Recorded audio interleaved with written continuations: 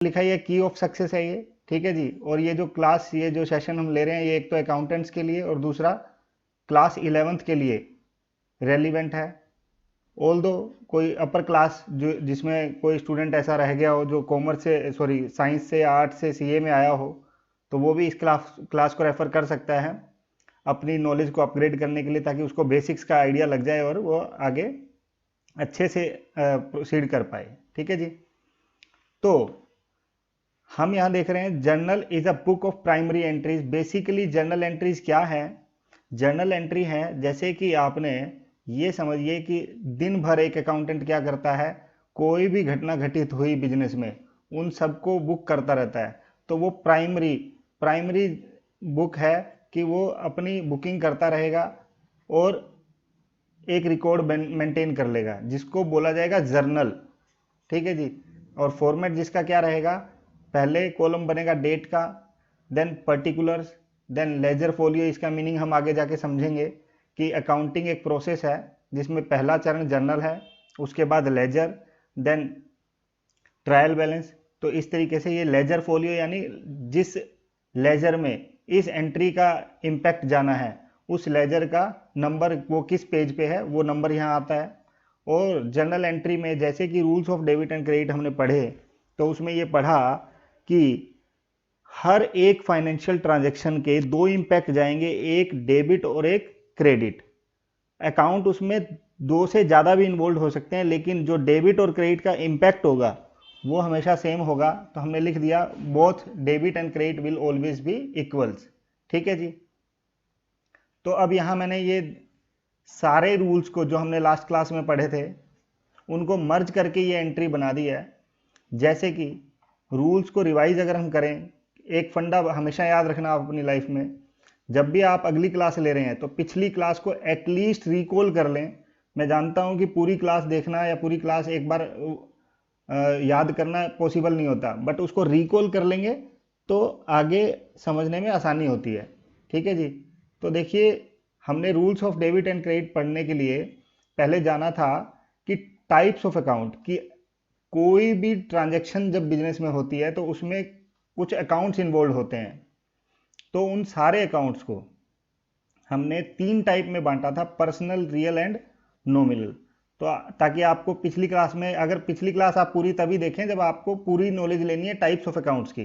Otherwise ये class यहाँ से परफेक्टली स्टार्ट हो रही है कि हम एक रिकॉल ले रहे हैं 5 मिनट का।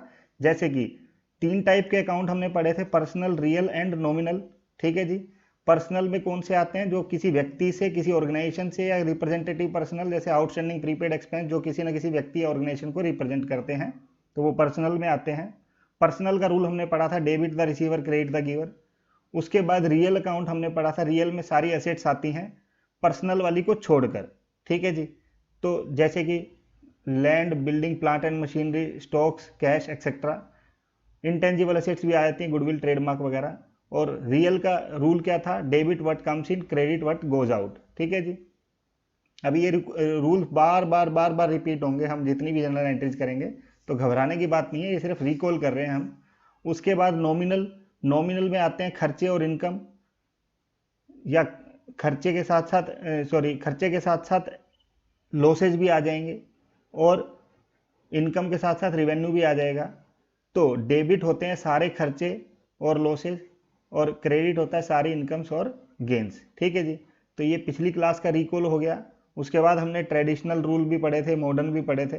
तो वो आज हम जो ये क्लास पढ़ रहे हैं इसमें साथ के साथ समझ में आ जाएगा कि कैसे ट्रेडिशनल और मॉडर्न रूल्स काम करते हैं। ये मैंने एक स्क्रीन लगाई है टैली के, जो जो अकाउंटेंट भाई लोग देख रहे हैं उनके सामने जो जर्नल की एंट्री आती है, जर्नल की स्क्रीन आती है, वो कुछ इस तरीके की आती है कि एक डेबिट होता है, क्रेडिट होता है, सेम जैसे बुक्स में करते हैं। बस बुक्स में हम क्रेडिट वाले को थोड़ा सा इधर खिसका के लेफ्ट से थोड़ा सा आगे को लाके और 2 लगा देते हैं, तो उसके साथ क्रेडिट लगाने की ज़रूरत नहीं रहती फॉर्मेट में। और इसमें डेबिट वाले को ऊपर की तरफ लिखते हैं हमेशा, और वो थोड़ा सा लेफ्ट में ज़्यादा स्टीप लेफ्ट में होता है, ठीक है जी। तो this is just a formatting, not at all कि हम ये कोई 100% पक्का रूल ही है, क्योंकि ये वाला रूल देखो यहाँ चेंज हो रहा है प्रैक्टिकल लाइफ में, ठीक है जी। बट 11th क्लास के एग्ज़ाम की अगर हम बात करें तो ऐसे ही आपको करना बेटर रहेगा। ठीक है जी। उसके बाद वन बाय वन हम अब प्रैक्टिस करनी स्टार्ट कर देते हैं उन्हीं रूल्स के बेसिस पे और उन रूल्स को बार बार दोहराते हुए। तो रूल्स को हम बार बार दोहराएंगे, जैसे कि ट्रेडिशनल रूल्स के हिसाब से भी हम अपना वो लिखेंगे यहाँ पे कमेंट कि कैसे डेबिट या कैसे क्रेडिट डिसाइड हुआ, और मॉडर्न रूल्स के हिसाब से भी वो भी हम बता देंगे साथ के साथ। ठीक है जी। तो पहला मैंने लिखा है जर्नल। आप ये ध्यान दें, जर्नल एक वर्ड है जो कि हम पढ़ रहे हैं, जनरल एक नॉर्मल वर्ड है। जनरल को जो बोला जाता है कि नॉर्मली जो जनरल एंट्रियां होती है वो हम अभी डिस्कस कर रहे हैं। ये हमारी फर्स्ट कैटेगरी है। ठीक है जी, practice of general journal entries. ठीक है जी। तो हम जर्नल एंट्रीज कर रहे हैं, जैसे कि पहली जर्नल एंट्री है करने जा रहे हैं फर्स्ट ट्रांजैक्शन को देखते हुए। Ram started business with ₹5 lakh in cash on 1 अप्रैल। तो यानी ये साल स्टार्ट हुआ होगा फाइनेंशियल ईयर की अगर हम बात करें, 1 अप्रैल से 31 मार्च चलता है, तो साल स्टार्ट हुआ और बिल्कुल स्टार्टिंग में ही उसने 5 लाख रुपए लगाए राम ने। ठीक है जी। तो हम राम के अकाउंटेंट हैं, तो बिजनेस के हिसाब से अगर देखें, क्योंकि हम हमेशा बिजनेस के अकाउंटेंट होते हैं, तो कैश आया है, कैश अकाउंट डेबिट। कहाँ से आया है?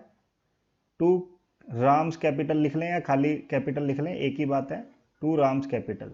ठीक है जी। यहाँ आपके यहाँ कुछ नहीं आएगा क्योंकि वो प्रैक्टिकल लाइफ में ही आता था जब पहले कभी बही खाते मेंटेन होते थे। ठीक है जी। डेबिट में 5 लाख और क्रेडिट में भी 5 लाख। अब रूल्स का एक बार दोहराएं तो कि कैश डेबिट क्यों हुआ, तो कैश आया है बिजनेस में, व्हाट कम्स इन, तो ट्रेडिशनल रूल क्या कहते हैं? ट्रेडिशनल रूल कहते हैं कि ये रियल अकाउंट है कैश और कम्स इन है। ठीक है जी। तो आर मैं डिनोट कर रहा हूँ रियल अकाउंट के लिए। ट्रेडिशनल रूल में जो हमने पढ़ा रियल, नॉमिनल और पर्सनल, तो आर, एन और पी हम डिनोट कर देंगे। ठीक है जी। राम्स कैपिटल, यानी कैपिटल राम क्या है? पर्सनल अकाउंट है, पी, तो ये क्या है? गिवर। गिवर क्रेडिट होता है। ठीक है जी। तो रियल अकाउंट आया इसलिए डेबिट, और P personal account giver, Ram giver है बिजनेस के लिए इसलिए क्रेडिट। ठीक है जी। अब मॉडर्न रूल्स क्या कहते थे? मॉडर्न रूल्स कहते थे कि असेट आई है, तो ए से डिनोट कर रहे हैं असेट को। असेट आई है इसलिए डेबिट, बड़ी है।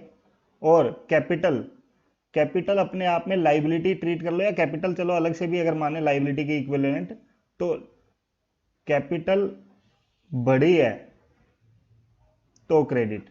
ठीक है जी। ये मॉडर्न रूल है। ठीक है। अगली entry, open bank account and deposited 2 lakh rupees. तो अब बैंक में पैसा गया, से फॉर एग्जांपल हमने किसी भी बैंक में खाता खुलवाया, HDFC, ICICI, किसी भी बैंक में खुलवाया, तो बैंक के नाम के साथ आप लिख सकते हो bank account debit to cash deposit करवाया। ठीक है जी। कितना? 2 लाख रुपया। अब यहाँ पे ये रूल बिल्कुल इजीली याद रह, धीरे धीरे हमें याद रहने लग जाएगा कि कैश जब आया था बिजनेस में तो डेबिट हुआ था, गया था तो क्रेडिट हुआ है, तो रियल गोज आउट। और ये बैंक पर्सनल अकाउंट है, यानी रिसीवर है बैंक अभी इस केस में, तो रिसीवर है इसलिए डेबिट हो रहा है। ठीक है जी।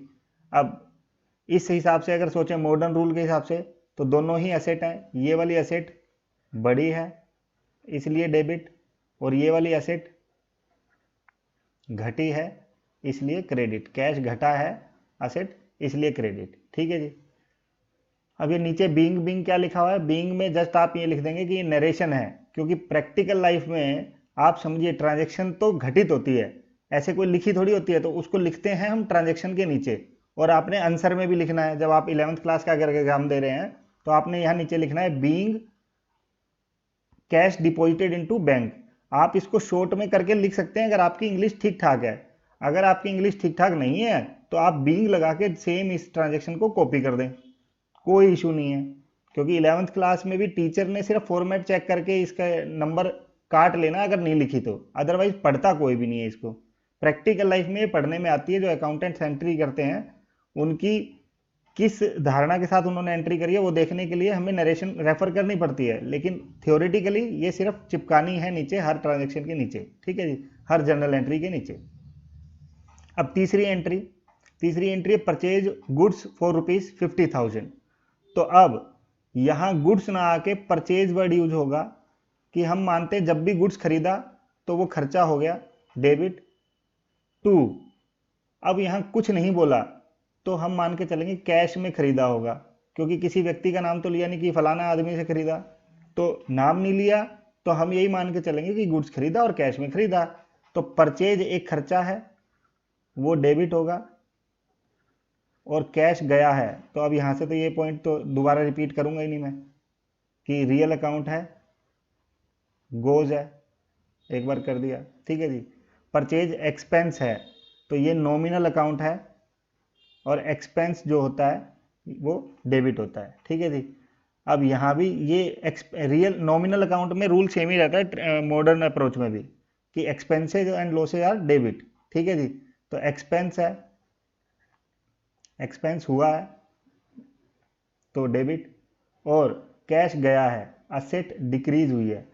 तो धीरे धीरे आपको फील आने लगेगा कि मॉडर्न अप्रोच ज़्यादा अच्छी है, क्योंकि मॉडर्न अप्रोच में एसेट लायबिलिटी के हिसाब से चलना होता है, और अपना खर्चा और इनकम का रूल तो है ही सिंपल कि खर्चे डेबिट, इनकम क्रेडिट, ठीक है जी। तो अगली ट्रांजेक्शन में हम सिर्फ मॉडर्न अप्रोच ही लिखनी स्टार्ट कर देते हैं, ट्रेडिशनल अप्रोच को एक बार थोड़ा इग्नोर करते हैं, कुछ ट्रांजेक्शन के बाद हम वो वाली फॉलो करनी स्टार्ट कर देंगे। Purchase goods for ₹1,00,000 from Suresh. अब यहाँ नाम दे दिया तो ये माना जाएगा कि उधार में खरीदा होगा, तो purchase account debit,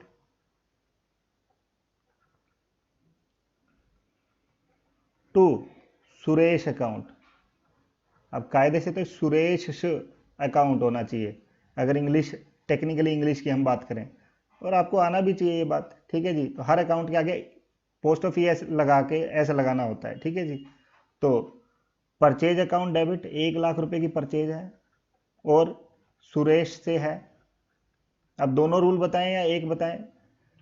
modern approach से समझते हैं, सुरेश हमारी लाइबिलिटी बन गया, और लाइबिलिटी बढ़ती है तो क्रेडिट होती है, और परचेज एक्सपेंस है, एक्सपेंस बढ़ता है तो डेबिट होता है, ठीक है जी। मॉडर्न अप्रोच ये कहती है। उसके बाद on 1 October purchase office furniture. तो अब यहाँ हमने सीरियल नंबर की जगह डेट लिखनी है कायदे से, तो ठीक है जी, 11th क्लास के एग्जाम में। तो on 1 October purchase office furniture ₹20,000 and ₹15,000 paid through cheque या UPI and balance in cash, ठीक है जी। तो हमने फर्नीचर परचेज किया, तो अब यहाँ थोड़ा सा माइंड ओपन करके चलना कि फर्नीचर आया है, फर्नीचर अकाउंट डेबिट, कितने रुपए का आया है? 20,000 रुपए का, ठीक है जी। टू बैंक से पैसा ट्रांसफर किया, कितना? 15,000। टू कैश में पैसा दिया, कितना? 5,000, ठीक है जी। अब मॉडर्न रूल क्या कहता है? असेट आई है, 20,000 की असेट आई है, ठीक है जी, तो डेबिट होती है। और ये दोनों असेट्स, ये दोनों भी असेट्स ही हैं, बैंक बैलेंस भी और कैश भी, तो गई हैं तो क्रेडिट। अब ट्रेडिशनल रूल में थोड़ा सा टेक्निकलिटी ये आती है कि आप इसके बारे में सोचते हो कौन सा अकाउंट है, ये रियल अकाउंट है। रियल अकाउंट है तो ये आया है, what comes in, debit comes in, और ये दोनों गोज आउट तो क्रेडिट, ठीक है जी। तो दोनों से आंसर सेम ही आएगा। तो मॉडर्न अप्रोच थोड़ा थोड़ा इजी फील होने लगती है, तो मॉडर्न अप्रोच से हम बार बार सोचेंगे तो हमें इजीली ये चीजें समझ में आ जाएंगी, ठीक है जी। अब ट्रांजेक्शन नंबर 6 क्या कहती है? Sell goods for ₹60,000 worth ₹58,000। अब देखो यहां ये कंफ्यूज करने के लिए ऐसा कर रहा है कि सेल करिए 60,000 रुपए की, जिसकी वर्थ, वर्थ मतलब कॉस्ट, जिस माल की कॉस्ट 58,000 रुपए थी वो 60,000 रुपए में बेचा गया है। तो यहां कंफ्यूज नहीं होना, हर एक सेल परचेज पे प्रॉफिट वगैरह नहीं देखना, वो अकाउंटिंग इक्वेशन वाले चैप्टर में अलग फंडा था, यहाँ पे जब जब परचेज किया तो खर्चा और जब जब सेल किया तो इनकम। तो सिंपल सोचना है कि 60,000 रुपये की सेल हुई है और कुछ नहीं बोला तो कैश में हुई होगी, कैश टू सेल्स 60,000। ठीक है जी। अब रूल कौन सा लगाएं? असेट आया है तो डेबिट और सेल इनकम है तो क्रेडिट, इनकम क्रेडिट होती है। ठीक है जी। अब रिवेन्यू या इनकम कुछ भी कहिए। अब ट्रेडिशनल रूल्स क्या कहते हैं भाई? नॉमिनल अकाउंट है, नॉमिनल में इनकम क्रेडिट होती है, और कैश रियल अकाउंट है, रियल में कम्स इन डेबिट होता है। कैसे भी सोच लीजिए आंसर सेम आएगा। ठीक है जी। अगली entry, sold goods to Tony ₹10,000। अब हमने टोनी को माल बेचा है, टोनी, टोनीज अकाउंट डेबिट 10,000 रुपये टू सेल्स। ये देखिए मिलती जुलती दो एंट्रियां जब आप देख रहे हैं तो आपको थोड़ा सा क्लैरिटी होनी स्टार्ट हो जाएगी। अच्छा, अगर कैश में बेचा तो कैश डेबिट और किसी व्यक्ति को बेचा तो वो डेबिट, सेल तो क्रेडिट होनी होनी है। तो जैसे जैसे आपका माइंड डेवलप होना स्टार्ट हो जाएगा जनरल एंट्रीज में, कंफर्ट जोन बढ़ता जाएगा और आप इस रिदम में आ जाएंगे कि अच्छा एक पता अगर चल जाए तो दूसरे का ऑटोमेटिकली पता चल जाना है, अगर दो ही अकाउंट इन्वॉल्व है तो। यहां थोड़ा सा हो सकता है आपको कि डाउट रह जाए कि नहीं नहीं 3 अकाउंट इन्वॉल्व है तो एक का पता लगने से बाकी दो पता लग जाए, जरूरी नहीं है। लेकिन यहाँ पे जहां दो अकाउंट इन्वॉल्व होते हैं वहां पे जैसे सेल क्रेडिट होते हैं हमें पता है, तो ऑब्वियसली कैश या तो डेबिट होगा या डेटर। अब ये ट्रेडिशनल रूल्स में अगर हम जाएं तो ये क्या है? पर्सनल अकाउंट है, पर्सनल अकाउंट, पर्सनल अकाउंट में रिसीवर। ठीक है जी। और सेल इनकम नॉमिनल अकाउंट तो क्रेडिट होती है। अब यहाँ पे ये इनकम वाला तो फंडा सेम रहता है, इनकम बड़ी तो क्रेडिट। अब यहाँ पे ये असेट ही मानी जाएगी, डेटर हमारी क्या है? असेट है, और डेटर पैसा अभी लेना है इससे हमें, तो एक असेट बढ़ गई, कैश की बजाय डेटर बढ़ गया तो वो डेबिट हो गया। ठीक है जी। यानी फंडा बिल्कुल सिंपल है, कहीं कोई इसमें संदेह नहीं है कि जनरल एंट्रीज बिल्कुल आसान है। बस आपने थोड़ा सा दिमाग को इंप्लीमेंट करना है, धीरे धीरे 40-50 एंट्रियां जब आप करेंगे तो आपको सब समझ में आना स्टार्ट हो जाएगा। ठीक है जी। अगला, टोनी रिटर्न्ड गुड्स ₹2,000।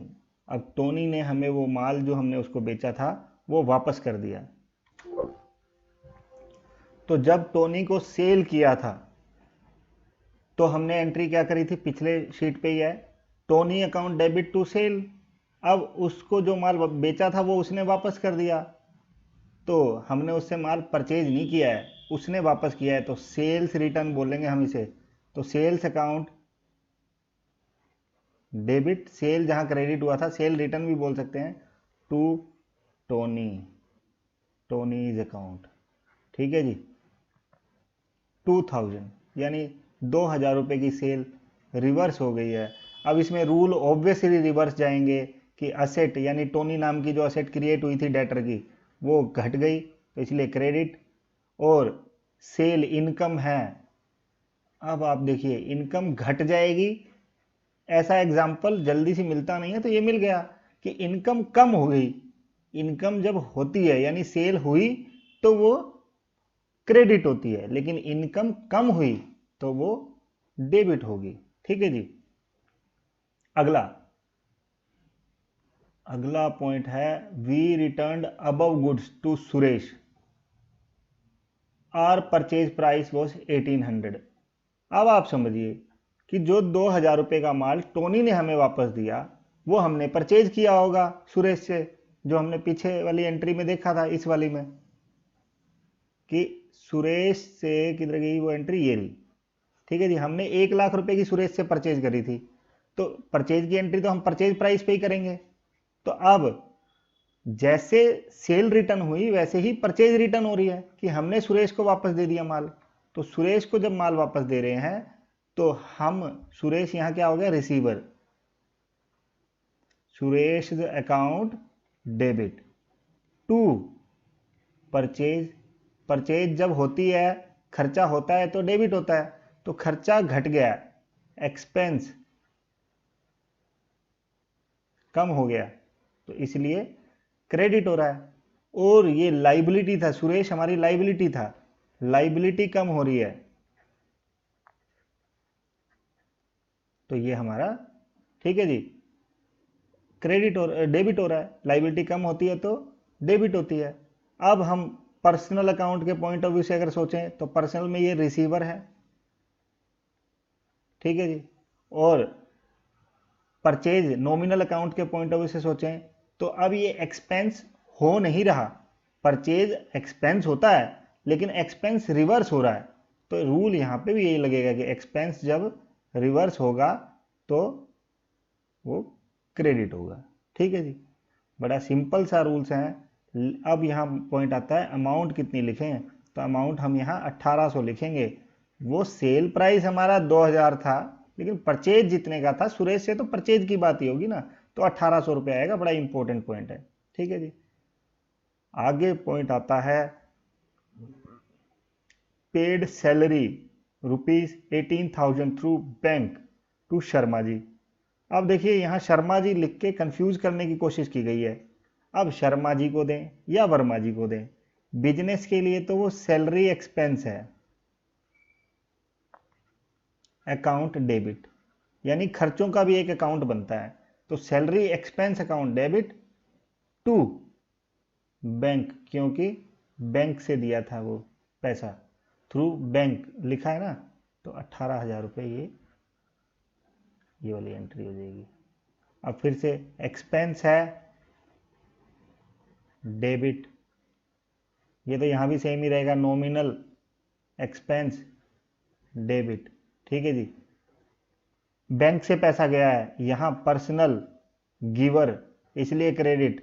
लेकिन यहां अगर हम सोचें तो असेट थी, बैंक में जो पैसा पड़ा था वो हमारी असेट थी, असेट घट रही है, इसलिए क्रेडिट, ठीक है जी। उसके बाद हम चल रहे हैं अगली एंट्री पे, paid ₹5,000 rent of Ram's residence. अब राम कौन था, आर ओनर, ठीक है जी। राम के रेजिडेंस का 5,000 रुपया रेंट पे करा। तो अब राम के रेजिडेंस का जो पैसा पे करा है, क्या मैं उसको रेंट अकाउंट में डेबिट कर दूं?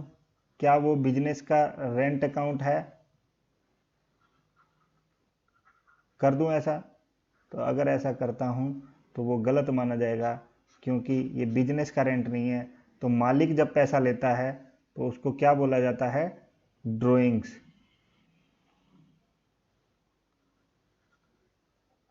टू कैश, अगर कैश में ही गया होगा तो, अब देखिए प्रैक्टिकल लाइफ में तो कुछ दिक्कत नहीं होती, लेकिन थ्योरेटिकल लाइफ में तो भाई कुछ अजम्पशंस होती हैं कि कुछ नहीं बोला कि चेक से पे करा है, तो हम ये मान के चलेंगे कि कैश में पे हुआ होगा, ठीक है जी।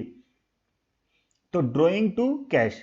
अब यहां पे थोड़ा टेक्निकल हो जाएगा ट्रेडिशनल रूल्स में कि ड्रॉइंग कैसा अकाउंट है, तो ड्रॉइंग पर्सनल अकाउंट है, क्योंकि मालिक की ही बात हो रही है, ठीक है। तो ये रिसीवर है, मालिक क्या है, रिसीवर है, रिसीवर, ठीक है। और कैश, कैश तो रियल अकाउंट है, गोज आउट, जा रहा है, ठीक है। अब यहां पे ऐसा सोचते हैं कि कैपिटल कम हो रही है, कैपिटल कम हो रही है इसलिए डेबिट, ठीक है। और कैश कम हो रहा है, असेट कम हो रही है, इसलिए क्रेडिट, ठीक है जी। असेट लिखना था मुझे इधर, ठीक है।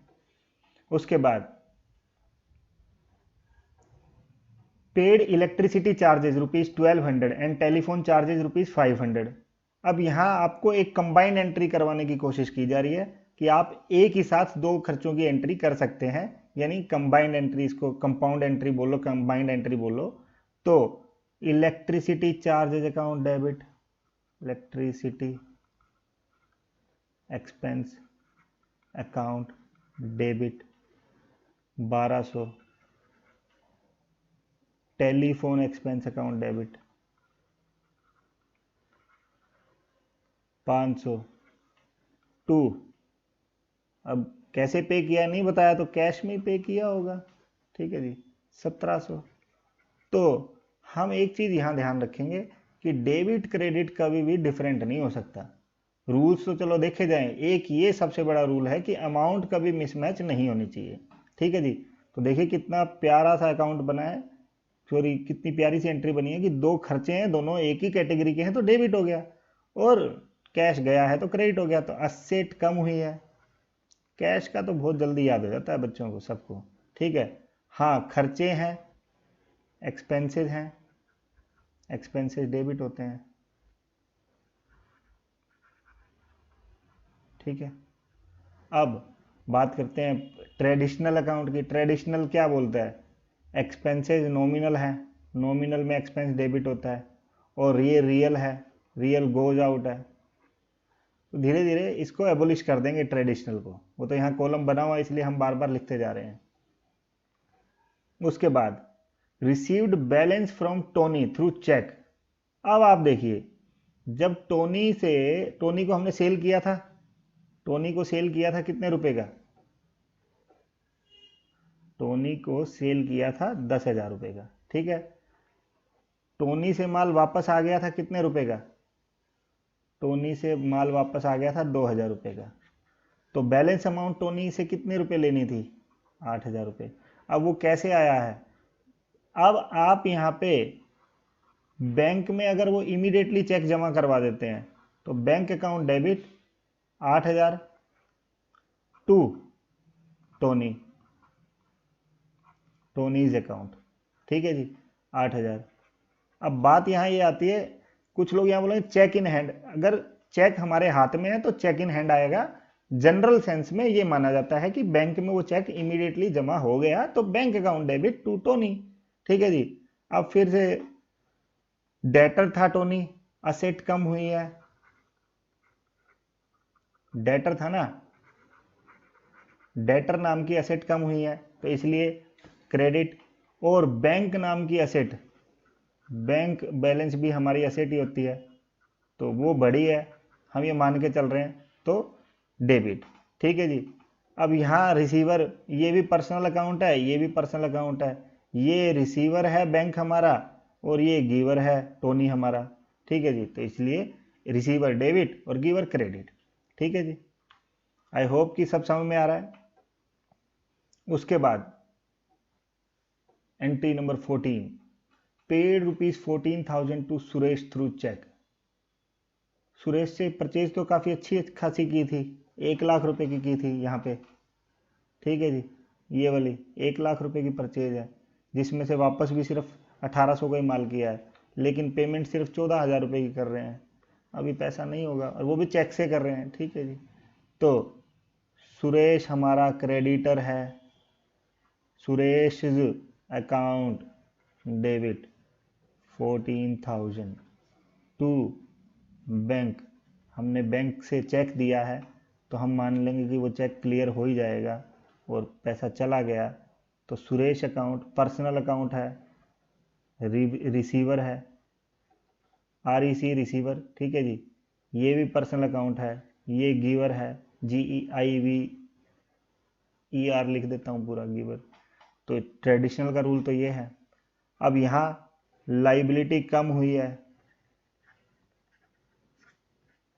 लाइबिलिटी कम होती है तो क्रेडिट होती, डेबिट होती है, और बैंक बैलेंस हमारी असेट होता है, असेट कम हुई है तो क्रेडिट होते हैं।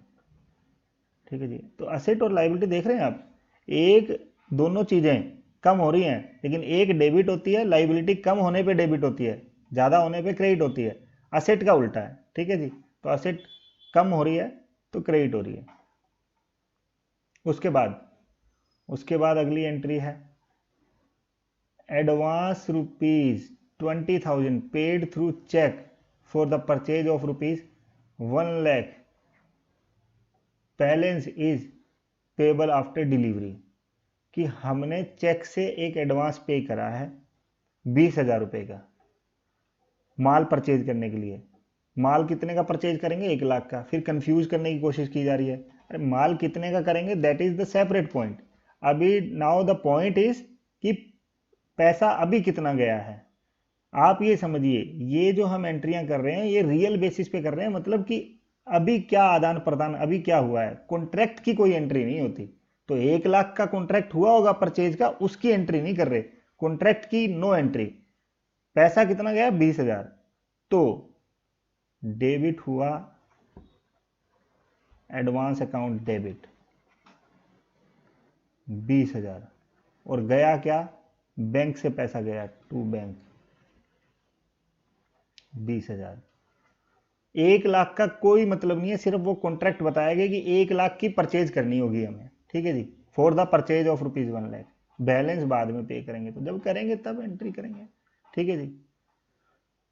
तो अब यहाँ एडवांस पर्सनल अकाउंट है, क्योंकि रिसीवर कोई ना कोई व्यक्ति होगा ये एडवांस लेने वाला, तो पर्सनल है तो रिसीवर है, REC रिसीवर, और बैंक पर्सनल है, ये गिवर है, तो क्रेडिट हुआ है। तो बैंक भी हमें कैश की तरह याद हो गया।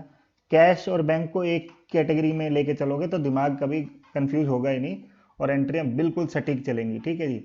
अब अगर हम बात करें मॉडर्न अप्रोच की, तो एडवांस नाम की एसेट बड़ी है, बुक्स में हमारे एडवांस टू द वेंडर लिखा जाएगा, वो बड़ी है, और बैंक नाम की एसेट घटी है, इसलिए क्रेडिट। एसेट बढ़ी तो डेबिट, घटी तो क्रेडिट, बहुत बढ़िया। उसके बाद Ram withdrew ₹5,000 cash for personal use. Ram withdrew ₹5,000 cash for personal use. अब फिर से जैसे राम का रेंट पे किया था, वैसे उसने अब कैश विड्रॉ कर लिया। तो अगर बिजनेस में कैश आया होता तो कैश को डेबिट करता, लेकिन बिजनेस में कैश नहीं आया, राम की जेब में गया, यानी मालिक की जेब में गया, तो drawing account debit to cash. ओहो, बिजनेस के कैश में से तो गया है, ठीक है जी, मेरे को लगा बैंक से विड्रॉ किया है, नहीं, बिजनेस के कैश में से तो गया है, तो कैश क्रेडिट ही होना है। रिसीवर कौन है उस कैश का? मालिक, ड्रॉइंग, तो 5,000, 5,000, ठीक है जी। तो पर्सनल अकाउंट के रूल के तहत रिसीवर डेबिट, और रियल अकाउंट के रूल के तहत गोज आउट, कैश गया है क्योंकि, क्रेडिट। अब यहाँ पे कैपिटल कम हुई है इसलिए डेबिट, क्योंकि कैपिटल लाइबिलिटी की कैटेगरी की है, ठीक है। और कैश यानी असेट कम हुई है इसलिए क्रेडिट, ठीक है जी, बहुत बढ़िया। उसके बाद loan taken from bank for ₹5 lakh at the rate 12% per annum by giving owners personal house security as security. अब यहाँ ध्यान देने वाली बात है कि हमारे बिजनेस में क्या आया क्या गया, ये ध्यान देना है। मालिक ने अपनी प्रॉपर्टी गिरवी रख दी, अपने आप को गिरवी रख दिया, उसकी कोई एंट्री नहीं होनी कि मालिक ने क्या गिरवी रखा है, क्योंकि गिरवी में कुछ पैसे का आदान प्रदान नहीं हुआ। पैसे का आदान प्रदान तो लोन से हुआ है, हाँ, वो एट द रेट ऑफ कितने % पे हुआ है उसके हिसाब से तो ब्याज हमें देना है। तो बात यह है कि अभी हमारे बिजनेस में पैसा आया है, तो पैसा जब आया है और लोन के थ्रू आया है, तो अब यहाँ भले ही कुछ ना लिखा हो, ऐसा नहीं मानेंगे कि लोन कैश में आया होगा, ऐसा मानेंगे कि लोन बैंक में आया होगा। तो bank account debit to loan account 5,00,000 रुपए, ठीक है जी। तो फिर ये बैंक वाली एसेट बढ़ी है इसलिए डेबिट, और लोन वाली लाइबिलिटी बढ़ी है इसलिए क्रेडिट। लाइबिलिटी बढ़ती है तो देख रहे हो, असेट बढ़ी तो डेबिट, लाइबिलिटी बढ़ी तो क्रेडिट, ठीक है। ये दोनों उल्टे चलते हैं, यहां भी देख रहे हो सेम एरो है, यहां भी सेम एरो है, तो असेट लाइबिलिटी में अपोजिट कॉम्बिनेशन चलता है, ठीक है जी। उसके बाद Drew cash from bank ₹1 lakh, क्योंकि बैंक में अब पैसा आया है तो ये ऐसा मालिक होगा कि अब पैसा निकाल लो, तो निकालने में भाई ठीक है। अब ये वाला कैश कोई वो नहीं लेगा मालिक, ये तो बिजनेस में कैश आया है, कैश अकाउंट डेबिट, जैसे मैं वहां कैश लिख रहा था ऊपर वाली एंट्री में,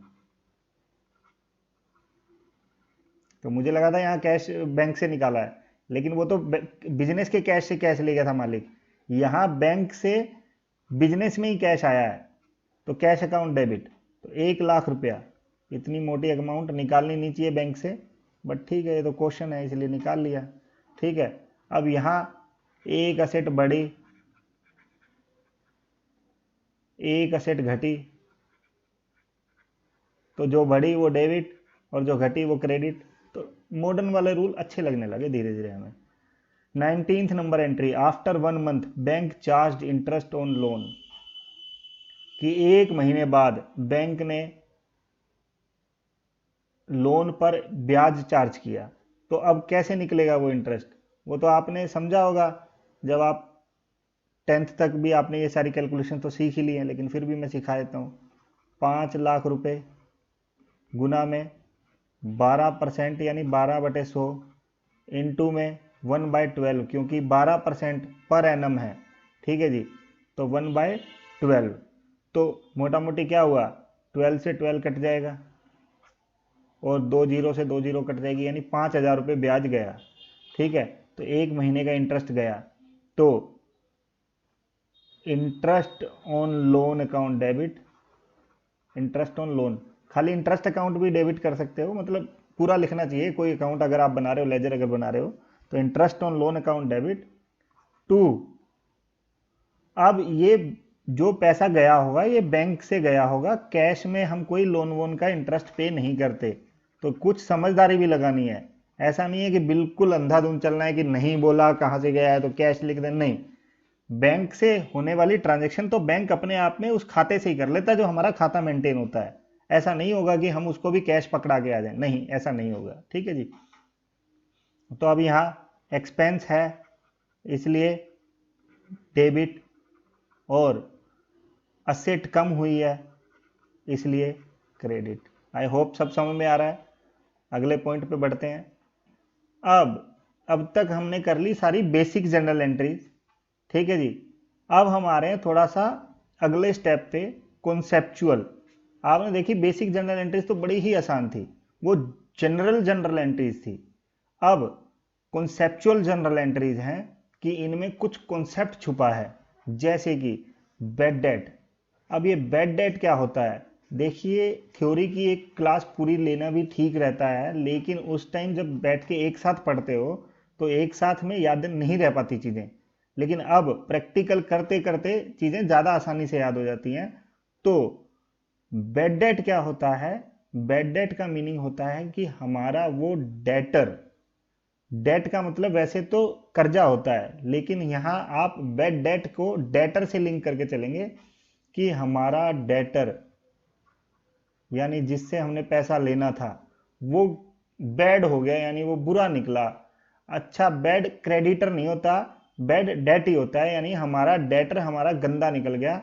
हमने किसी से पैसा ले रखा है और हम बुरे निकल गए, तो आप अपनी बुराई की अकाउंटिंग थोड़ी करेंगे। वो ठीक है, वो एक समय सीमा है, 3 साल तक अगर कोई व्यक्ति आपसे पैसा नहीं मांगता तो आप उसका पैसा राइट ऑफ कर सकते हैं प्रैक्टिकल लाइफ में, बट ऐसा हम बुरी बातें करेंगे नहीं। आपकी बुक्स में हमेशा बैड डेट मिलेगा, यानी आपका डेटर आपके पैसे खा के भाग गया, यानी वो देने से मना कर रहा है, कोई दबंग है, तो आप कुछ नहीं करेंगे, सिंपली अपना लॉस बुक कर लेंगे, बैड डेट अकाउंट डेबिट। ठीक है जी, या डेटर का नाम भी आ सकता है, when our debtor like Tony. अब टोनी जो से हमने देखा था 8,000 रुपये का चेक आया था, डिनाई टू पे and we assume it's our loss, then it is called as bad debt.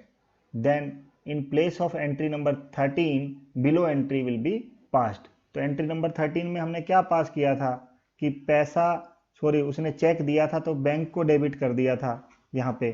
ठीक है, लेकिन अब क्या देख रहे हैं, तो टोनी, तो सिचुएशन बदल दी कि टोनी गंदा आदमी निकला, तो पैसा ना देने की बजाय वो हमारा तो डूब गया, तो बैंक या कैश कुछ भी डेबिट ना होने के बजाय लॉस डेबिट हो गया।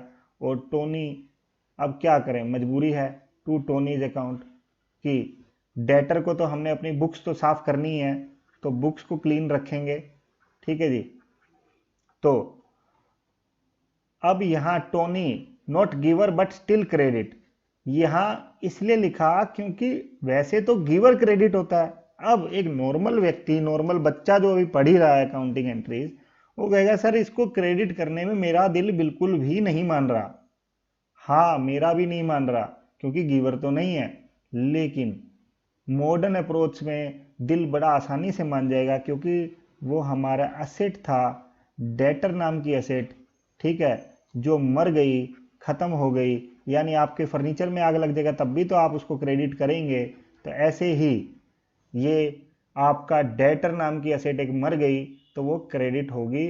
बड़ी ही कमाल की एंट्री है ये कि यहाँ पे बच्चा कंफ्यूज हो सकता है कि यार पैसा मिला तो है ही नहीं तो कैसे इसको क्रेडिट करूं, ठीक है। लेकिन इसको हम बोलते हैं कि लॉस राइट ऑफ कर दिया हमने, लॉस बुक कर लिया अपना, इस व्यक्ति को ये मान लिया कि पैसा आ गया, ठीक है जी। तो यहाँ पे एक्सपेंस डेबिट, एक्सपेंस बढ़ा है इसलिए डेबिट, और टोनी नाम की जो असेट खड़ी हुई थी वो चली गई क्रेडिट, ठीक है जी। अब later on Tony becomes good boy, अब बाद में टोनी एक अच्छा व्यक्ति बन गया, अच्छा बच्चा बन गया और बोलता है लो मैं 5,000 रुपये देने को तैयार हूं। तो ऐसी परिस्थिति में टोनी जैसे जीव को हम बोलेंगे बैड डेट रिकवर्ड, यानी हमारा डूबा हुआ पैसा रिकवरी हमारे को हो गई है और बहुत ही खुशी की बात है। तो कैश अकाउंट डेबिट टू, अब यहाँ टोनी के नाम की एसेट तो पहले ही खत्म कर चुके हैं हम, तो टू जो एक लॉस क्रिएट किया था बैड डेट के नाम का, ऐसे ही एक इनकम क्रिएट कर लेंगे बैड डेट रिकवर्ड। हाँ, ये सिर्फ लिखने में नहीं है, ऐसा ही होगा। बैड डेट रिकवर्ड नाम से एक अकाउंट बनाएंगे आप, बैड डेट रिकवर्ड अकाउंट, ठीक है जी। ये एक इनकम है, इनकम। अरे सर अपना ही मरा हुआ पैसा आया है, क्या इनकम, मरा हुआ आया है ना, तो इसीलिए तो इनकम है। इनकम बढ़ती है तो क्रेडिट, ठीक है। और कैश असेट बढ़ता है तो डेबिट, ठीक है जी। बहुत ही अच्छी बात। उसके बाद बड़ी ही इंपॉर्टेंट एंट्री आ रही है बैड डेट से रिलेटेड, सॉरी कॉन्सेप्ट से रिलेटेड, जैसे कि इंस्टेड ऑफ सेल, सेल की बजाय आपका माल इन कारणों से अगर कहीं खो जाए, जैसे कि goods taken by proprietor for personal use, ओहो यहाँ तो खोया नहीं है, मतलब मालिक ले गया पर्सनल यूज के लिए, या गुड्स गिवन एज चैरिटी, हमने किसी को दान दक्षिणा में दे दिया, हाँ यहाँ तो लॉस बिजनेस के लिए खर्चा तो हो ही गया। Goods distributed as free sample, हमने एडवर्टीजमेंट के तौर पे बांट दिया गुड्स को। या गुड्स लॉस्ट बाय फायर और थेफ्ट, हमारे यहाँ आग लग गई या चोरी हो गई तो गुड्स चला गया। देखिए जब जब गुड्स परचेज किया जाता है वो परचेज अकाउंट डेबिट होता है, जब जब सेल किया जाता है तो सेल अकाउंट क्रेडिट होता है। लेकिन यहाँ पे ध्यान देने वाली बात यह है कि सेल नहीं हो रहा, गुड्स सेल नहीं हो रहा, ध्यान देने वाली बात यह है। तो इसलिए जब सेल नहीं हो रहा तो परचेज ही वापस क्रेडिट हो जाएगी। आप इस बात को बिल्कुल ध्यान से समझ लें कि जब जब गुड्स सेल होता है तो टू सेल यानी इनकम, यहाँ एक्सपेंस रिवर्स हो रहा है, एक्सपेंस कम हो रहा है, ये वाला परचेज नामक एक्सपेंस कम हो रहा है, और दूसरे खर्चे या ड्राइंग यानी मालिक ने पैसा लिया है तो कैपिटल कम हो रही है, इसलिए डेबिट। चैरिटी, एडवर्टीजमेंट और लॉस बाय फायर और थेफ्ट ये खर्चे हैं, एक्सपेंस हैं, तो इसलिए डेबिट, ठीक है जी। ये वाला एक्सपेंस कम हुआ है परचेज, इस एंट्री में ज़्यादातर बच्चों को दिक्कत रहती है, इसलिए ये मोस्ट इंपॉर्टेंट एंट्री है, मोस्ट मोस्ट मोस्ट इंपॉर्टेंट है कि ये पेपर में एंट्री मरवा सकती है कि आपसे गलती हो सकती है, तो आप ऐसी गलती ना करें, ठीक है जी। अगला कॉन्सेप्ट, आई होप कि ये समझ में आ गया होगा। अगर फिर भी कोई डाउट हो आप कमेंट सेक्शन में लिख सकते हैं, ठीक है जी, आपकी पूरी हेल्प की जाएगी। उसके बाद हम आगे बढ़ते हैं प्रीपेड एक्सपेंस। ये भी एक कॉन्सेप्ट है कि हमने कोई खर्चा एडवांस में पे कर दिया, या आउटस्टैंडिंग एक्सपेंस, हमने कोई खर्चा पे करना था परंतु पे नहीं किया, पेंडिंग। तो प्रीपेड यानी एडवांस और आउटस्टैंडिंग यानी पेंडिंग, ठीक है जी, ये दो वर्ड्स हैं।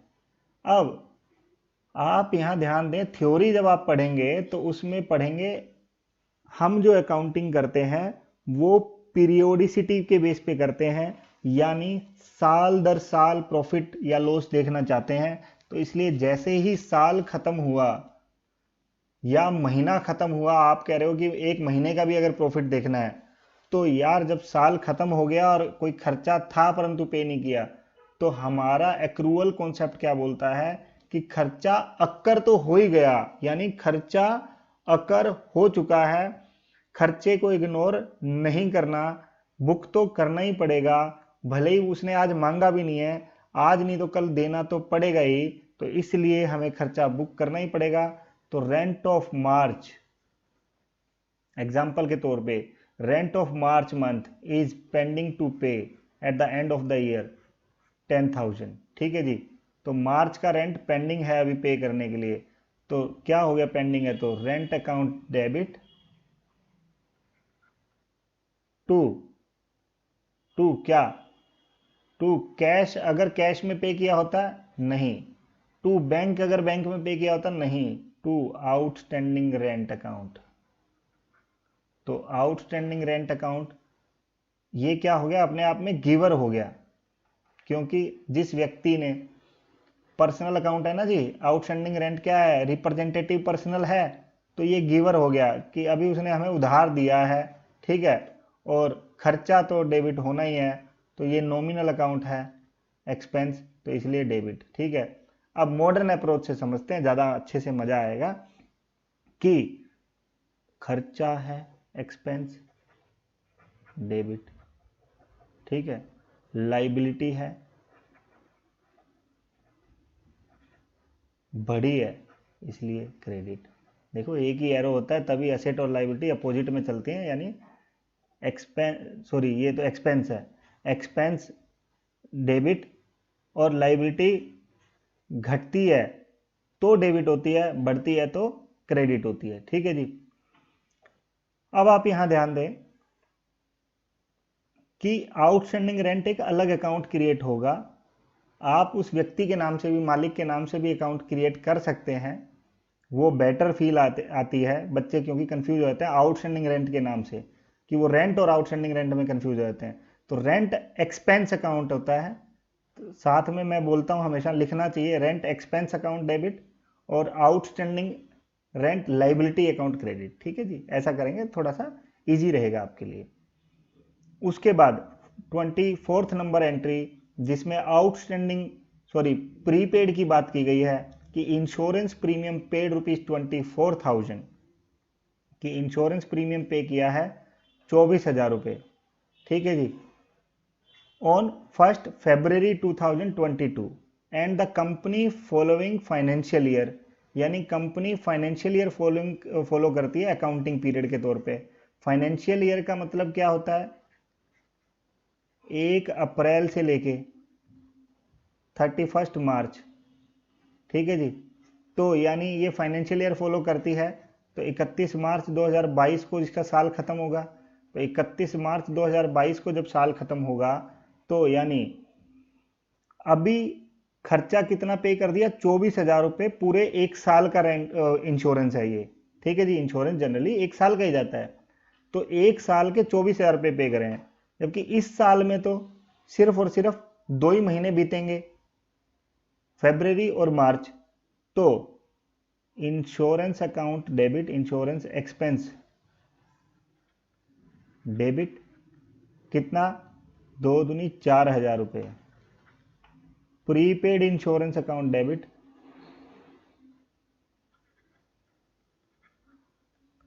कितना, बाकी बचे 20,000 रुपये, 10 महीनों का इंश्योरेंस एक्स्ट्रा जो किया है, और बैंक से पे किया होगा मान लो, वरना कैश, जब कुछ ना लिखा हो तो कैश में। ठीक है जी, 24,000 रुपये कैश गया है। अब यहाँ पे थॉट आता है कि कुछ लोग इस एंट्री को इस तरीके से बताएंगे कि पहले आप एंट्री कर दो इंश्योरेंस पूरा 24,000 टू कैश पूरा 24,000। ठीक है जी, और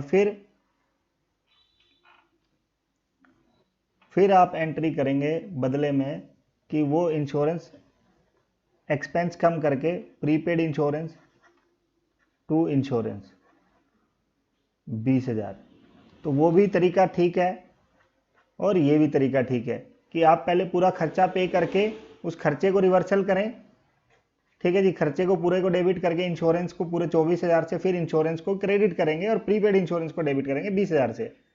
नेट इफेक्ट सेम रहना है, तो 2 एंट्रियों के बजाय 1 एंट्री आप इस साल में कर सकते हैं, क्योंकि हमें आपको पता है कि इस साल में तो 2 ही महीने बीतने हैं, तो 2 महीनों का खर्चा बुक कर लेते हैं और बाकी 20,000 रुपये को अपना असेट बुक कर लेते हैं।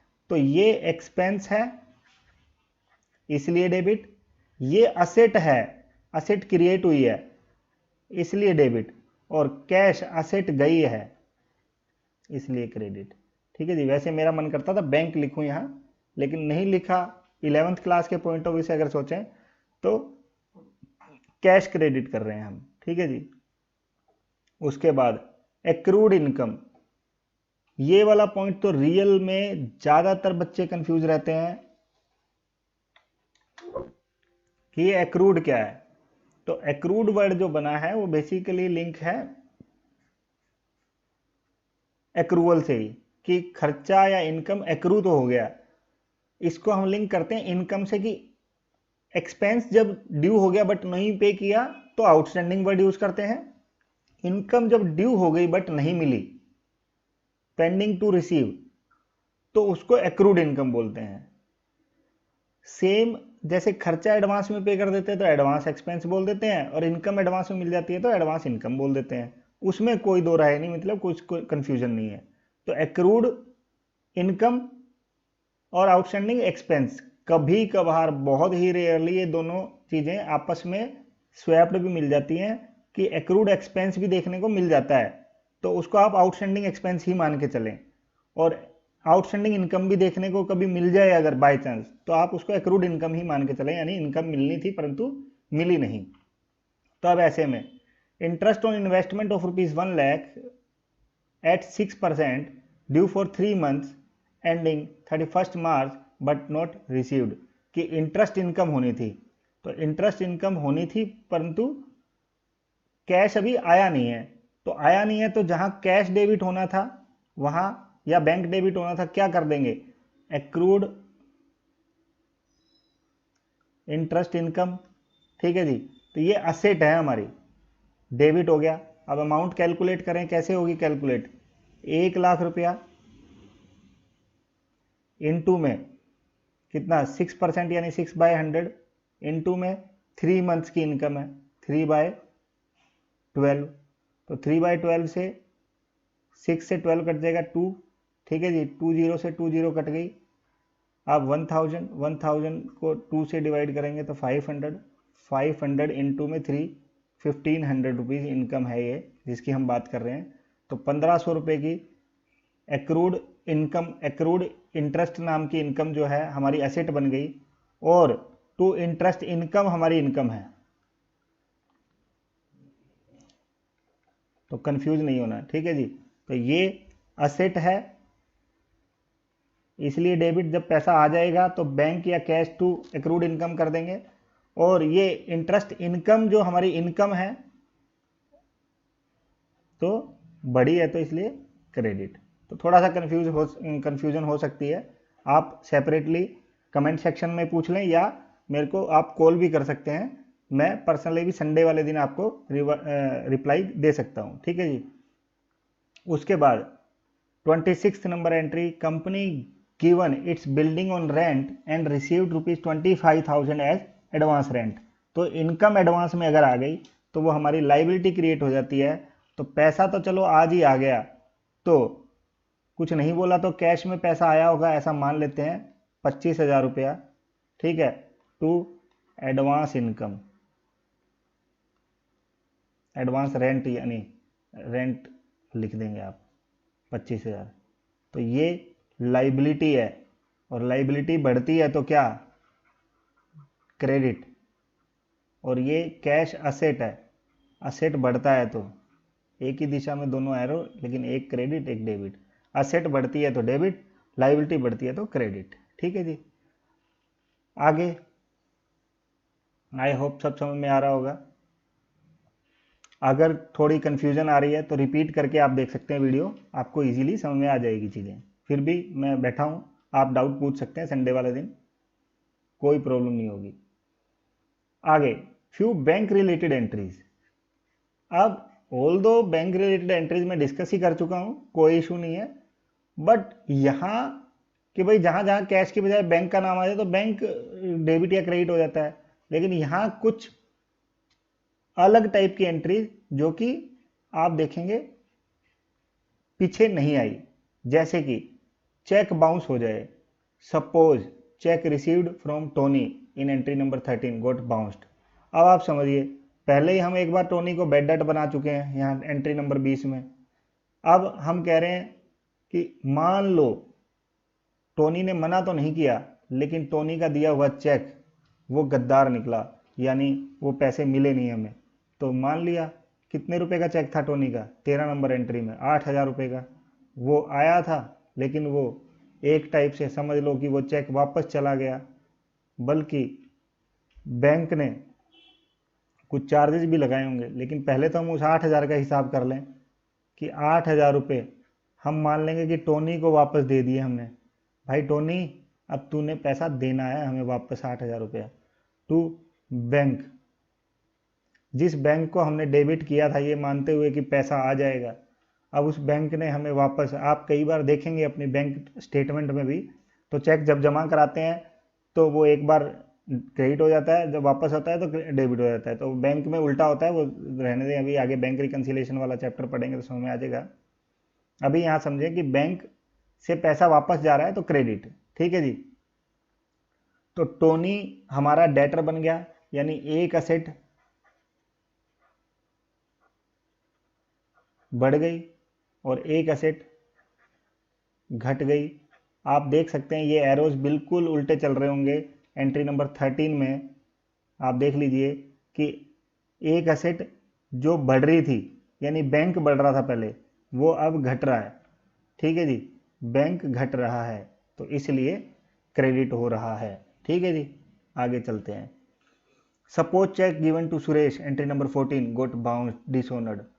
हमने भी एंट्री नंबर 14 में 14,000 रुपये का चेक दिया था। अब वैसे तो हमारा चेक बाउंस नहीं होना चाहिए था, लेकिन कभी कभार हो जाता है कि टोनी जैसे गंदे व्यक्ति ने हमें चेक दिया था, हमने उसकी आस पे आगे चेक दे दिया था, लेकिन अब वो बाउंस हो गया। अब बाउंस हो गया तो हमने उस टाइम बैंक को क्रेडिट किया था, तो हमारा बैंक हम वापस डेबिट कर देंगे और सुरेश नाम की लाइबिलिटी दोबारा खड़ी हो गई, तो 14,000 रुपये का ये रिवर्सल एंट्री है, एग्जैक्टली रिवर्स है। ये असेट वापस बढ़ गई, हमने असेट मान लिया था ना कि बैंक से पैसा चला गया, लेकिन गया नहीं, और लाइबिलिटी सुरेश नाम की लाइबिलिटी वापस बढ़ गई, तो इसलिए क्रेडिट, ठीक है जी। उसके बाद in both of the above cases are bank charge ₹500 for cheque bouncing. 500 रुपये बैंक ने बैंक चार्जेज काट लिया, तो खर्चा है बैंक चार्जेज टू, और बैंक ने तो बैंक अकाउंट से ही काटा होगा, कैश में तो हमसे लेके नहीं गया होगा, तो इसलिए क्रेडिट, ठीक है जी। तो ये एक्सपेंस है इसलिए डेबिट, और ये असेट कम हुई है इसलिए क्रेडिट, ठीक है जी। Bank credited our account by 23,000 for interest on FD. हमने कोई एफडी करवाई होगी, उस पर 23,000 रुपये का इंटरेस्ट हमें आ गया है, तो बैंक में पैसा बढ़ गया होगा, बैंक ने अपने आप हमारा खाता डेबिट कर दिया, तो हम भी बढ़ा लेते हैं, 23,000 रुपये बैंक बढ़ गया टू इंटरेस्ट इनकम, ठीक है जी। तो ये असेट बढ़ी है और ये इनकम है, इनकम बढ़ती है तो क्रेडिट, ठीक है जी। उसके बाद डेप्रीशिएशन ऑन फिक्स्ड एसेट। तो आप देखिए एंट्री नंबर 5 में आपने असेट खरीदी थी, कब खरीदी थी, बिल्कुल मिड ऑफ द ईयर में, 1 अप्रैल को उसने बिजनेस स्टार्ट किया था, ठीक है जी। 1 अप्रैल को बिजनेस स्टार्ट किया था, हमने एसेट खरीदी थी 1 अक्टूबर को, बिल्कुल 6 महीने बाद। कितने की खरीदी थी, 20,000 रुपये की, ठीक है। और अब उस पर बोल दिया गया डेप्रीशिएशन लग रही है। डेप्रीशिएशन का मतलब क्या होता है कि जो असेट हम यूज करते हैं या टाइम के साथ साथ भी उस असेट की वैल्यू डिक्रीज हो जाती है। तो वैल्यू का घटना, असेट की वैल्यू का घटना हमारे लिए क्या है, एक खर्चा है। इसको एग्जैक्टली लॉस ना बोल के खर्चा बोलेंगे। तो depreciation expense account debit, expense account debit to furniture, क्योंकि फर्नीचर नाम की एसेट कम हो गई। अब कितना डेप्रिसिएशन लगेगा, 10% फॉर द ईयर एंडिंग 31 मार्च 22, तो यानी 6 महीने का डेप्रिसिएशन लगेगा। तो 20,000 इंटू में 10/100 यानी 10/100 एंड 6 मंथ 6/12, तो 6 2 जा 12, 2 आ गया नीचे, ऊपर 5 से कट गया 10 और नीचे से 2 जीरो कट गई तो वो 2 जीरो चली गई। ठीक है जी, 200 इंटू में 5 यानी 1000 रुपीज़ का डेप्रीशिएशन लग गया। ठीक है जी, तो ये एक्सपेंस है, बड़ा है इसलिए डेबिट, और ये असेट है, घटी है इसलिए क्रेडिट। आई होप कि सारी एंट्रीज आपको समझ में आई होंगी। अब आगे हम देख रहे हैं जीएसटी इन्वॉल्व एंट्रीज, कि कुछ एंट्रीज में जीएसटी इन्वॉल्व होता है, उसकी हम बात कर रहे हैं। जैसे कि 2017 में जीएसटी आ गया था, उससे पहले भी वैट हुआ करता था। तो जो जीएसटी का सिस्टम है उसको समझना पड़ेगा कि जब जब हम परचेज करते हैं, तो परचेज करने पे 100 रुपये की परचेज है प्लस 18 रुपये टैक्स लगा।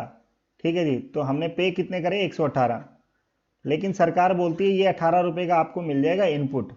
ठीक है, आप जब भी सेल करेंगे, सेल पे जो आपकी लाइबिलिटी होगी, सपोज आपने 120 रुपये की सेल करी, तो आप 120 का 18% लगाएंगे, 18% पे परचेज किया था तो 18% पे ही सेल करेंगे। तो 120 पे जब आप 18% लगाएंगे तो आप 3 रुपये 60 पैसे एक्स्ट्रा लगाएंगे, यानी 21 रुपये 60 पैसे आप जीएसटी चार्ज करेंगे। तो आप 141 रुपये 60 पैसे इकट्ठे करेंगे सामने वाले से। तो आप यहाँ देखिए, वो 20 रुपये तो आपका प्रॉफिट है जो आपने बेसिक वैल्यू में बढ़ाया। टैक्स यहाँ कितना बढ़ाया आपका, 21 रुपया 60 पैसा माइनस 18 रुपया जो आप पे करके आए हैं, यानी आपने 3 रुपये 60 पैसे ही नेट में पे करने हैं, जिसको वैल्यू एडिशन सिस्टम बोलते हैं। वैट इसको जस्टिफाई करता था, नाम से ही वैट, लेकिन इसका नाम भले ही जीएसटी कर दिया है, गुड्स एंड सर्विस टैक्स है। वही बात कि आपको परचेज पे जो टैक्स आप जमा कराते हैं वो आपको उसका इनपुट मिल जाता है। और अगर आप विद इन स्टेट परचेज करते हैं, अगर आप विद इन स्टेट परचेज करते हैं, तो ये थोड़ा सा बड़ा कर दिया है आपको ताकि क्लियरली दिखे। विद इन स्टेट परचेज करते हैं तो उसको लोकल बोलते हैं, और लोकल के केस में 2 टैक्सेज लगते हैं, सी जीएसटी और आईएस जीएसटी। सी का मतलब सेंट्रल और एस का मतलब स्टेट। और अगर आप दूसरी स्टेट में सेल परचेज करते हैं तो उसमें लग जाता है आई जीएसटी अकेला। ठीक है जी, आपस में दोनों गवर्नमेंट्स बांट लेंगी।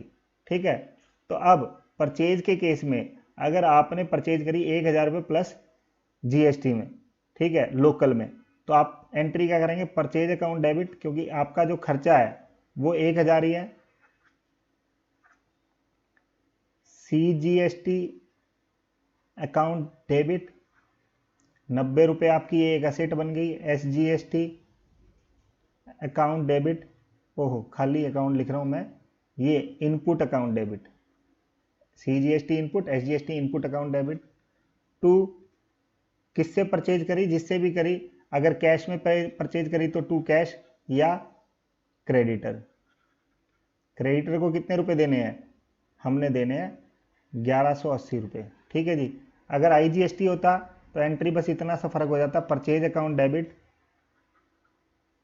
1,000, आईजीएसटी इनपुट, इनपुट को इन शॉर्ट आईटीसी भी बोलते हैं, डेबिट 180 टू कैश या क्रेडिटर जिससे भी परचेज किया 1180। ठीक है जी, बिल्कुल सिंपल फंडा है।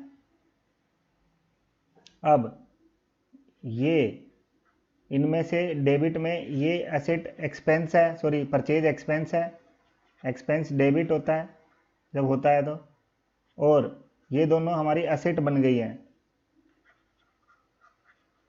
एसेट बढ़ी तो डेबिट, ठीक है जी।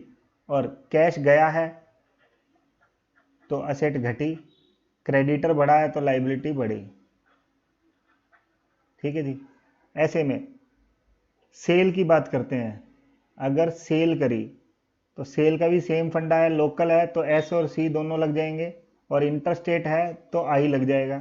तो वही सेम फंडा कि सेल किया 1100 प्लस 18%, तो आप देखिए कैश में मान लेते हैं, कैश में सेल करा तो कितने रुपए हो गए, ये पैसे हो गए आपके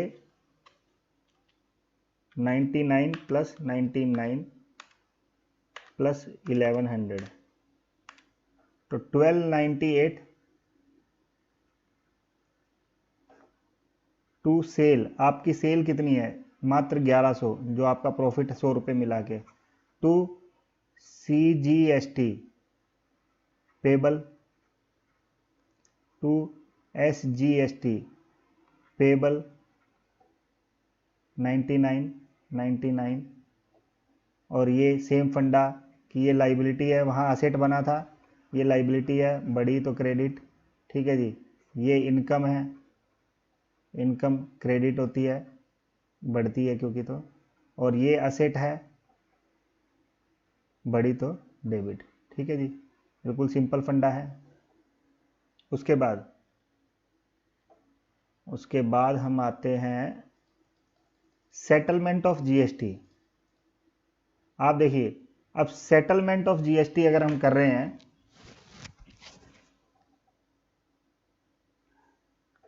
कि जो ये इनपुट पड़ा हुआ है, ये जो इनपुट है इसको आउटपुट से, ओके, इसमें सेम ही एंट्री हो जाएगी ना, cash to sale to IGST payable, ठीक है। ये एंट्री बिल्कुल एग्जैक्टली, सिर्फ नाम बदला है, 1100 198, ठीक है, वो सेम फंडा रहेगा। अब सेटलमेंट जब करेंगे तो ये आई को एग्जांपल मान लेते हैं, आई पेबल में ये ITC खड़ा है, तो इनपुट जो खड़ा है वो वापस कैंसिल हो जाएगा, तो IGST payable, GST payable 198 to GST input लिख देता हूं खाली, इनपुट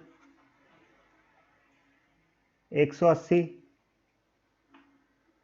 ओहो इधर भी 180 कर देता हूँ क्योंकि सेटलमेंट की एंट्री कर रहे हैं, कंबाइन एंट्री नहीं बना रहे, तो जो GST पेबल बाकी बच गया 18 रुपये, पेबल लाइबिलिटी जो है वो 18 रुपये टू बैंक से पे करनी पड़ेगी, कैश में पे नहीं होगी, 18 रुपये, ठीक है जी। तो यहाँ पे 198 अगर करता तो टू यहीं पे मेरे को कैश करना पड़ता या बैंक करना पड़ता 18 रुपये, तो यहाँ पे मैंने 180 रुपये तो इस लाइबिलिटी को असेट से नॉक ऑफ कर दिया, लाइबिलिटी को, ये पेबल जो है लाइबिलिटी है, असेट से नॉक ऑफ कर दिया 180 रुपया, और बैलेंस जो लाइबिलिटी बची उसको पे कर दिया, ठीक है जी, 18 रुपये। तो आज की क्लास मुझे लगता है कि यहीं समाप्त कर देनी चाहिए। अगला जो कॉन्सेप्ट है डिस्काउंट को लेके वो हम नेक्स्ट क्लास में डिस्कस करेंगे कभी, क्योंकि बेसिक जो फंडामेंटल था एंट्रीज को लेकर वो आई होप कि पूरी तरह क्लियर हो गया है। बहुत अच्छे से कोशिश करी है मैंने, फिर भी अगर आपको कोई डाउट रहता है, तो आप अपनी प्रॉब्लम्स का सॉल्यूशन ले सकते हैं। इस नंबर पे आप व्हाट्सअप करें या संडे वाले दिन, ओनली ऑन संडे, कॉल करके आप अपनी क्वेरीज सोल्व कर सकते हैं। Thank you. मेरे चैनल को सब्सक्राइब कर लें, स्टडी विद CA दीपक, ठीक है जी। नेक्स्ट क्लास में हम इसके आगे लेजर पोस्टिंग समझेंगे। धन्यवाद, थैंक्स फॉर वॉचिंग।